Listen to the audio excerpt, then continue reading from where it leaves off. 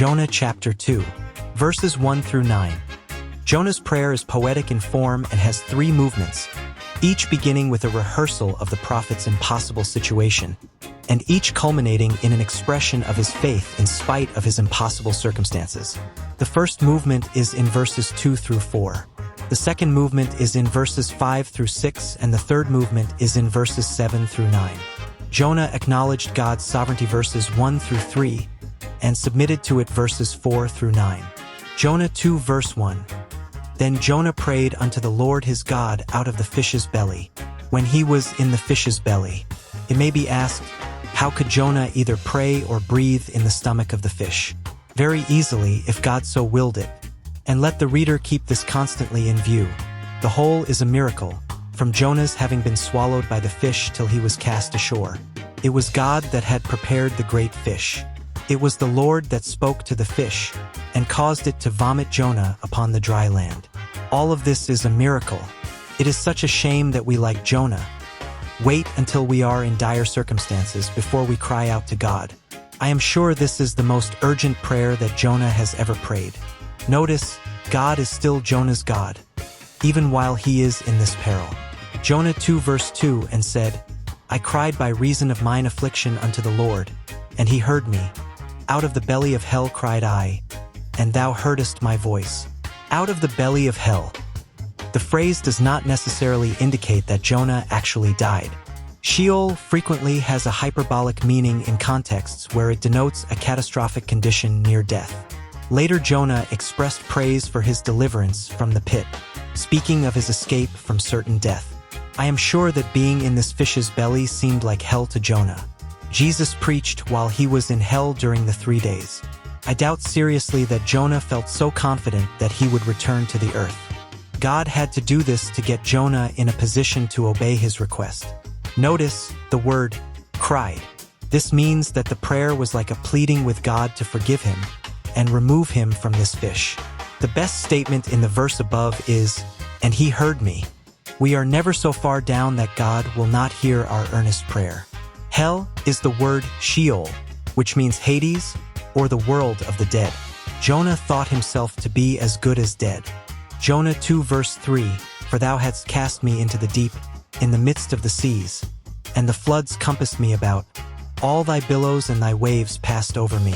In describing his watery experience, Jonah acknowledged that his circumstances were judgment from the Lord. Jonah describes what happened to him in the sea. In the natural, there would have been no way to be saved from the angry sea. Jonah does recognize that even the waves belong to God. Jonah 2 verse 4, then I said, I am cast out of thy sight, yet I will look again toward thy holy temple. I am cast out of thy sight.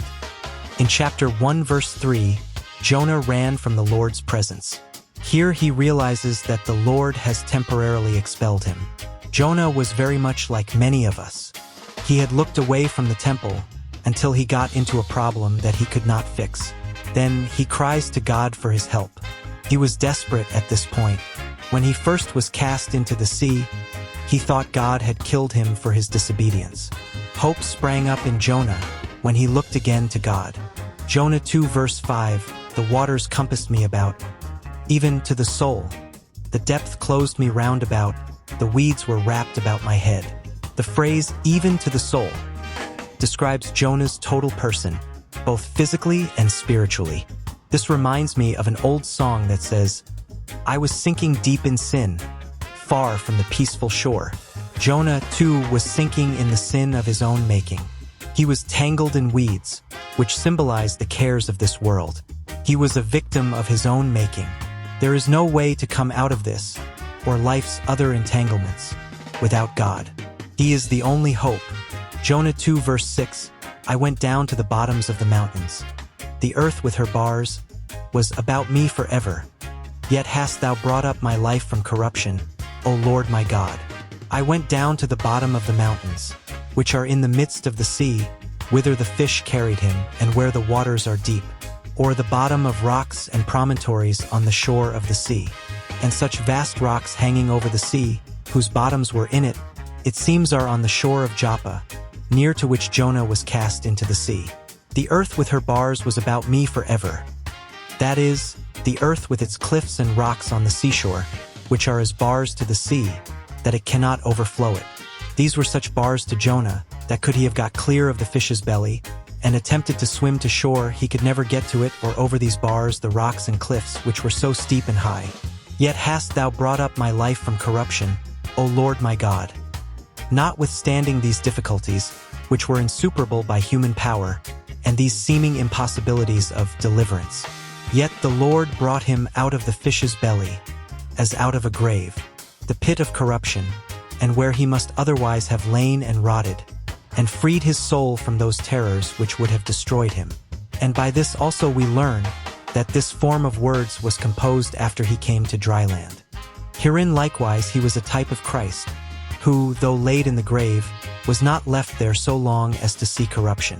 This was no small body of water.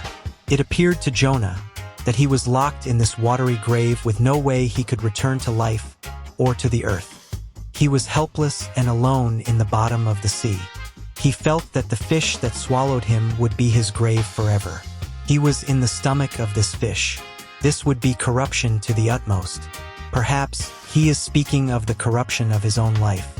Only God can reach down and bring any of us up from this type of corruption. He suddenly realizes the omnipotence of the Lord his God. Jonah 2 verse 7, When my soul fainted within me, I remembered the Lord, and my prayer came in unto thee, into thine holy temple.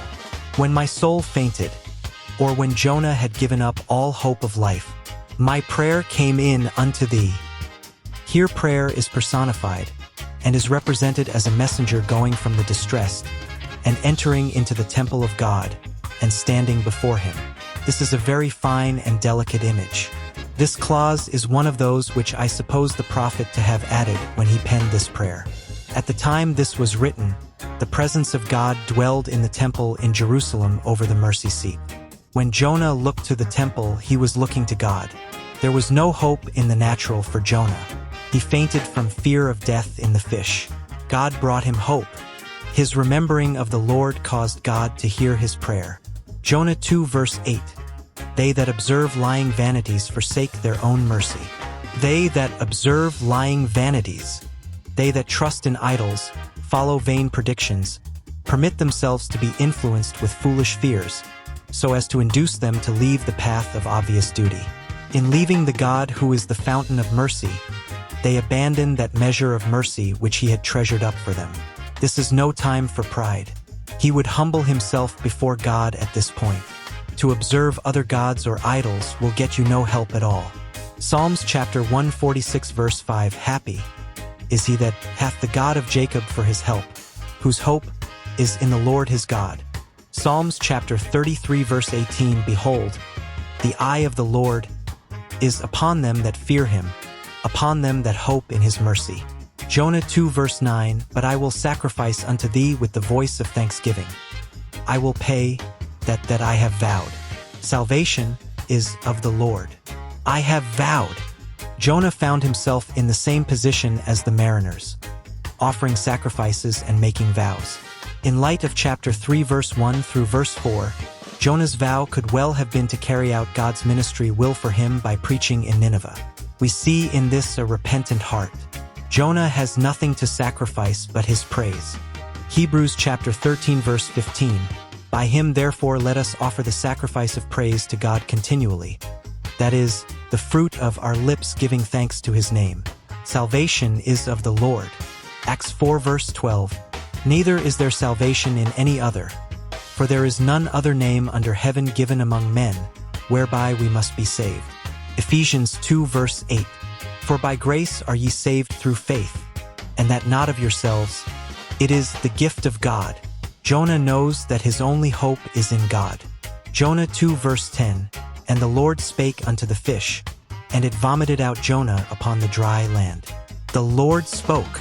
Just as God calls the stars by name, so he speaks to his creation in the animal world. Most likely, Jonah was vomited upon the shore near Joppa. This is undoubtedly the most humbling experience you could have. God has saved his life, and in the process taught him obedience. He is saved because the fish obeyed God and spit him up.